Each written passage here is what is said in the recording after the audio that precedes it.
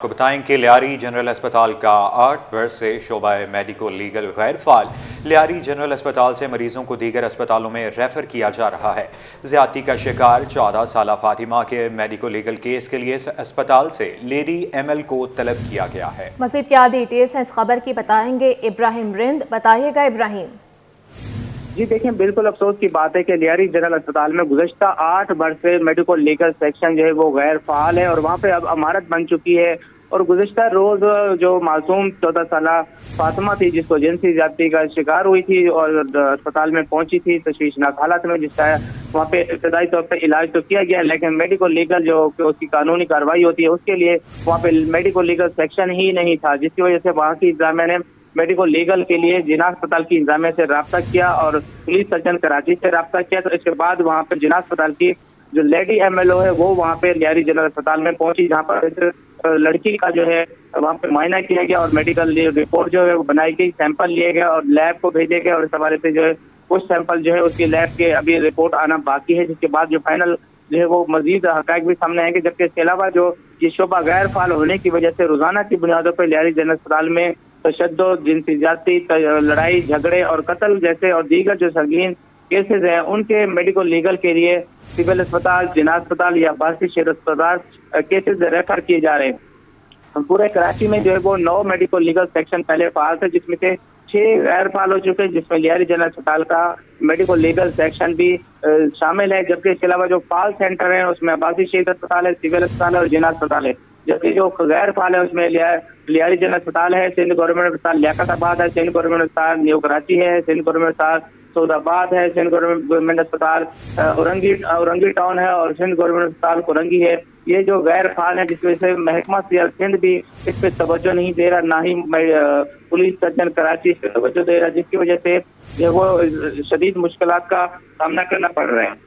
جی اچھا ابراہیم، بتائے گا جیسا کہ آپ نے بتایا کہ شعبہ میڈیکو لیگل جو ہے وہ گزشتہ 8 سالوں سے غیر فعال ہے لیاری جنرل اسپتال میں، تو یہ کہے گا اس سلسلے میں آپ کی مریضوں سے بات ہوئی ہے، ان کا کیا کہنا ہے، کیا پرابلمز ہیں جو وہ فیس کر رہے ہیں؟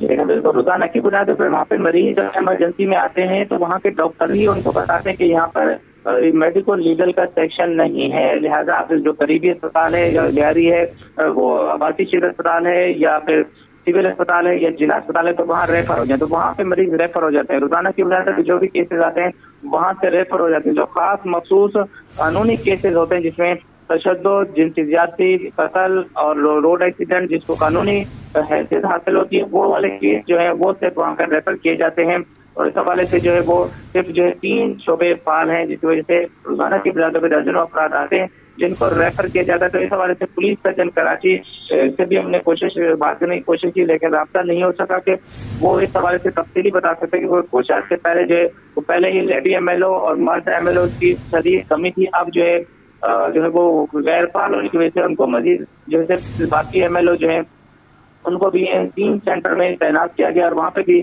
بعض اوقات ایسا ہوتا ہے کہ لیڈی ایم ایل او نہیں ہوتی اور کئی گھنٹے تک جو خواتین ہوتی ہیں جو ان کی یا تو لاشیں ہوتی ہیں یا پھر کوئی تشدد کیس ہوتا ہے یا پھر جنسی زیادتی ہوتی ہے یا بچی کا کوئی ریپ ہوتا ہے، تو اس حوالے سے ان کو بھی کئی گھنٹے تک انتظار کرنا پڑتا ہے۔ تو اس حوالے سے محکمہ صحت کو چاہیے کہ کراچی جیسے شہر جو کہ بہت بڑا شہر ہے اس کے لیے مزید جو غیر فعال 6 میڈیکل لیگل سیکشن ہے ان کو فوری طور پہ فعال کیا جائے، کیونکہ یہ حالیہ مثال ہے گزشتہ روز کی جس میں یہ 14 سالہ فاطمہ بھی جب شام کو وہاں پر آئی تھی تو رات گئے تک وہ صرف میڈیکل لیگل کے لیے بیٹھی رہی کہ اس کا میڈیکل لیگل ہو تو مزید جو ہے وہ اس کو آگے کاروائی جو ہے وہ کی جا سکے، لیکن دیر سے پہنچنے کی وجہ سے اس کا علاج تو شروع ہو چکا تھا، لیکن بعض اوقات تو ایسے بھی ہوتا ہے کہ علاج بھی دیر سے کرتے ہیں کہ پہلے ایم ایل او کے سارے پولیس ریکارڈ بیان آ جائے اس کے بعد ہو، لیکن ابھی حکومت کو چاہیے کہ فوری طور پر اس میں اقدامات کرے تاکہ جو غیر فعال ہیں وہ فوری طور پر فعال ہو سکیں، خاص طور پر لیاری جنرل سمیت دیگر تمام شعبے۔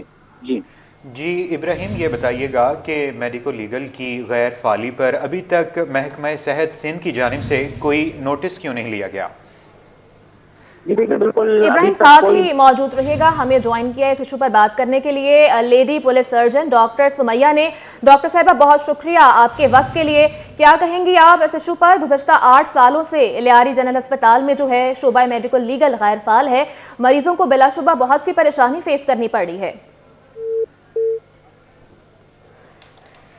آپ کو بتائیں کہ لیاری جنرل اسپتال کا 8 برس سے شعبہ میڈیکو لیگل غیر فعال۔ لیاری جنرل اسپتال سے مریضوں کو دیگر اسپتالوں میں ریفر کیا جا رہا ہے۔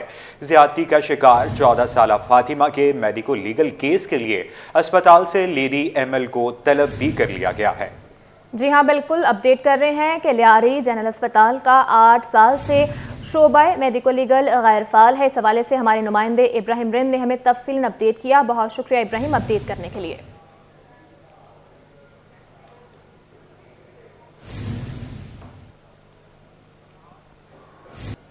شہر میں بچوں کی گمشدگی کے بڑھتے واقعات پر ایم کیو ایم پاکستان نے تشویش کا اظہار کر دیا۔ رکن سندھ اسمبلی عامر صدیقی کہتے ہیں روز بروز بچوں کے اغوا کے واقعات افسوسناک ہیں۔ پولیس شہریوں کو تحفظ فراہم کرانے میں ناکام ہو چکی ہے، جبکہ شہر میں امن و امان کی مخدوم صورتحال کو بہتر بنانے کے لیے مقامی پولیس تعینات کی جائے۔ ہمارے نمائندے شعیب مختار اس وقت ان کے ساتھ موجود ہیں، مزید ان سے بات کرتے ہیں۔ بتائیے گا شعیب۔ بالکل، شہر قائد میں چھوٹے بچوں کے اغوا ہونے کے واقعات جو ہے رونما ہو رہے ہیں۔ گزشتہ ہفتے بھی گارڈن سے بچوں کے اغوا ہونے کے واقعات جو ہے سامنے آئے ہیں۔ اس معاملے پر ہمارے ساتھ بات کرنے کے لیے موجود ہیں ایم کیو ایم پاکستان کے رکن سندھ اسمبلی عامر صدیقی۔ یہ بتائیے گا، شہر میں جو بچوں کے اغوا کے واقعات ہو رہے ہیں تو اس کی روک تھام کے لیے آپ کیا سمجھتے ہیں، کون سے اقدامات فوری طور پر اٹھانے کی ضرورت ہے؟ اعوذ باللہ من الشیطان الرجیم، بسم اللہ الرحمن الرحیم۔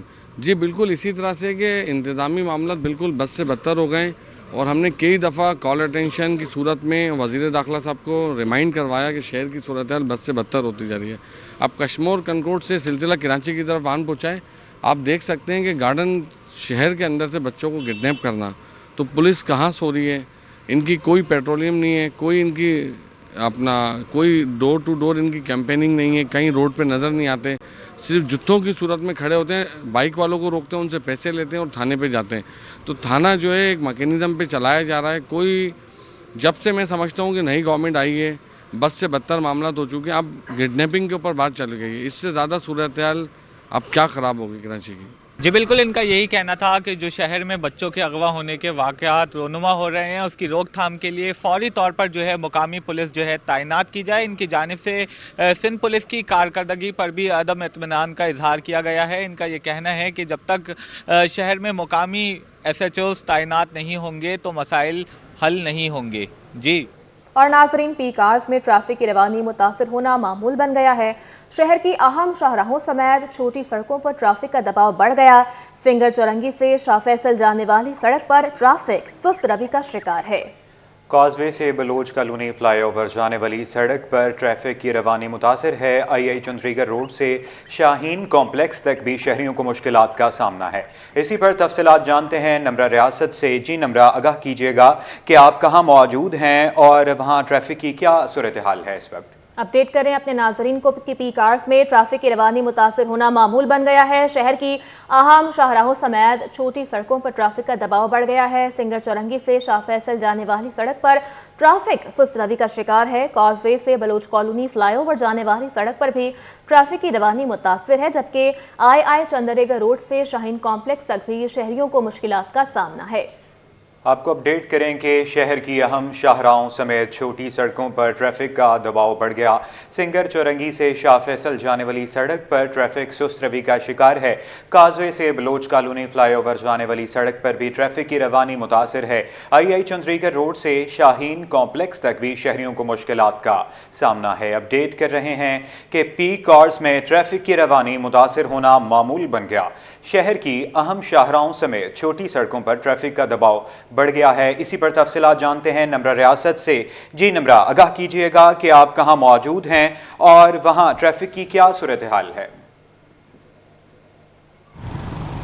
بالکل جی، شہر میں اس وقت بھی ٹریفک کی صورتحال معمول کے مطابق، کیونکہ پی کارز چل رہے ہیں تو ٹریفک کا مختلف شاہراہوں پر دباؤ دیکھا جا رہا ہے۔ اور اس وقت میں اہم شاہراہ فیصل پر موجود ہوں، اور یہاں پر بھی نرسی سے ڈگ روڈ جانے والے ٹریک پر ٹریفک کی روانی متاثر ہے، جبکہ بلوچ کالونی کارساز سے نرسی جانے والے ٹریک پر بھی جو ہے وہ ٹریفک کا دباؤ دیکھا جا رہا ہے۔ اس کے علاوہ اگر اہم شاہراہوں کے حوالے سے بات کریں تو راشد مناز روڈ کے دونوں ٹریک پر ٹریفک کی روانی متاثر ہے، اور راشد